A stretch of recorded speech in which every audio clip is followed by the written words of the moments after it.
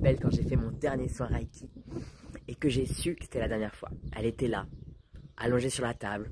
Et moi, j'étais là, genre concentré à tracer les symboles, ce qu'on m'avait enseigné, ce qu'on m'avait dit, en fait, d'utiliser pour être un bon canal, pour être une vraie bonne énergéticienne, qu'il fallait utiliser ces symboles pour avoir encore plus de puissance, pour être vraiment pleinement connecté. En gros, qu'il fallait que je fasse ça pour être légitime dans ce que je faisais, pour avoir du résultat. Bref, tu vois ce que je veux dire, je pense. Toutes ces techniques énergétiques, on te dit, il faut absolument faire ça, ça, ça ou ça pour être une bonne énergéticienne, pour avoir du résultat. Donc moi, je faisais ce qu'on m'avait dit de faire, surtout que j'avais pas du tout confiance en mes capacités énergétiques. Je me disais, mais pourquoi est-ce que quelqu'un voudrait travailler avec moi? J'arrive pas à ressentir, j'étais vraiment coupée de mon âme, coupée de mon corps, coupée de mes ressentis. Hein. Même il y avait une des enseignantes qui m'avait dit, mais là, jamais tu pourras devenir énergéticienne vu comment tu es coupée. Enfin bref, voilà. Donc je faisais ce qu'on me disait. Parce que c'était la méthode, parce que c'était le cadre, parce que je voulais bien faire, parce qu'on m'avait formé comme ça. Mais au fond de moi, il y avait quelque chose qui n'était pas aligné. Ou en tout cas plus aligné. Quelque chose qui me soufflait, ce n'est plus toi. Ce n'est plus ta vérité. Ce n'est plus qui tu es. Écoute-toi. Et en fait, j'ai continué le soin, mais tu sais, avec cette sensation étrange dans le ventre, comme si je faisais semblant, comme si j'étais plus ok de faire ça. Comme si je m'obligeais à suivre une voix qui n'était plus la mienne. Et alors que cette voix justement me murmurait, écoute-toi, t'en as plus besoin. Et c'est ce jour-là que j'ai compris. J'ai compris que j'avais plus besoin de ces symboles, que je comprenais même pas en fait au final.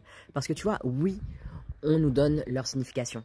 Mais est-ce que vraiment, moi quand je trace des symboles comme ça, Laoshi, Reiki ou peu importe, des choses comme ça, est-ce que je sais vraiment ce qui a été mis derrière comme intention? On a beau me raconter que ça vient de telle tradition, je sais pas quoi, mais est-ce que moi vraiment j'en sais quelque chose? C'est-à-dire que je suis en train d'utiliser des symboles à l'extérieur de moi pour avoir du pouvoir. Et j'ai vraiment compris que je n'avais plus besoin de recopier les gestes sacrés transmis par d'autres, que je n'avais plus besoin de faire comme on m'avait dit, parce que j'étais prête à me faire vraiment confiance, à écouter ce que Dieu, la source, l'amour m'inspirait directement, sans passer par des outils appris, des intermédiaires, juste moi. Moi, en lien avec l'énergie divine, et qui reçoit, et qui ressent, et qui sait exactement quoi faire. Ça a changé toute ma vie d'énergéticienne, de thérapeute énergétique et même ma vie à moi. J'ai été maître Reiki. J'ai appris aussi plein d'autres techniques énergétiques différentes. J'étais formée à des symboles mystiques qui étaient transmis à travers tous les âges. J'ai voulu tout comprendre, tout maîtriser, tout posséder, tout avoir.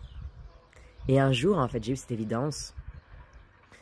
Je n'ai plus besoin. Je n'ai besoin de rien. Je peux déjà tout canaliser. Je suis déjà canal, je suis déjà relié, je suis déjà assez. Et c'est là que tout a changé pour moi, c'est là que ma puissance est libérée. Quand j'ai arrêté de donner mon pouvoir à des symboles extérieurs, quand j'ai arrêté de croire que la puissance était dans ce qu'on m'avait transmis et que j'ai compris qu'elle était en moi. Et aujourd'hui, c'est ce que j'enseigne dans mon école. D'ailleurs, il y a la méthode CCLK que j'utilise dans mon école qui m'a été transmise comme ça, directement.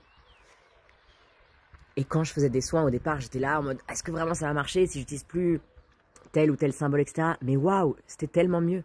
Parce que d'un coup, j'étais vraiment connectée à mon intuition, mes ressentis. Qu'est-ce que je ressens qui est juste maintenant pour la personne, qu'est-ce que je reçois maintenant pour la personne comme message, qu'est-ce que je dois faire maintenant pour elle, etc. Comment je dois la guider. Et alors oui, je transmets des protocoles aussi hein, dans mon école, plein. Il y a déjà comment j'enseigne à faire des soins énergétiques puissants reliés à l'amour universel. Comment faire des libérations cellulaires, karmiques, transgénérationnelles, faire les annales akashiques, faire le recouvrement d'âme, etc. Mais je dis toujours à mes élèves, ta plus grande puissance viendra de ce que tu reçois toi, de ce que tu canalises, de ce que tu entends sur le moment. Pas de ce que tu copies, pas de ce que tu reproduis, mais de ce que tu ressens, de ce que tu sens, de ce que tu reçois. Et c'est pour ça que je leur dis, apprenez tout ce que je vous apprends, et ensuite, désapprenez. Et garde ce que tu sens qui est bon pour toi. Certaines de mes élèves inventent même leurs propres symboles et ils ont une puissance incroyable.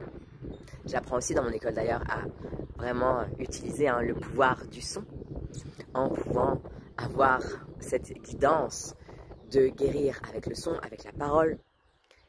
Les possibilités sont illimitées. Et pourquoi est-ce que celles par exemple qui créent des symboles, ça marche super bien? Parce que ces symboles ne viennent pas du mental, ça ne vient pas d'une tradition, ça vient de ce que la personne a reçu comme information, du lien direct avec la source, de ce qui est le mieux pour elle. C'est-à-dire qu'à un moment donné, c'est comme si tu vas à Kiabi et que tu essayes de trouver un jean pour toi. Ok, super, tu vas sûrement le trouver. Mais bon, il ne sera pas forcément à ta taille. Il va peut-être, tu vois, pendre un peu en bas, autour, je sais pas, autour du ventre, etc. Alors que s'il y a un mec qui vient exprès pour faire un jean pour toi, hey, mais ça change tout. Et c'est ça en fait, c'est pouvoir recevoir qu'est-ce qui est là pour nous.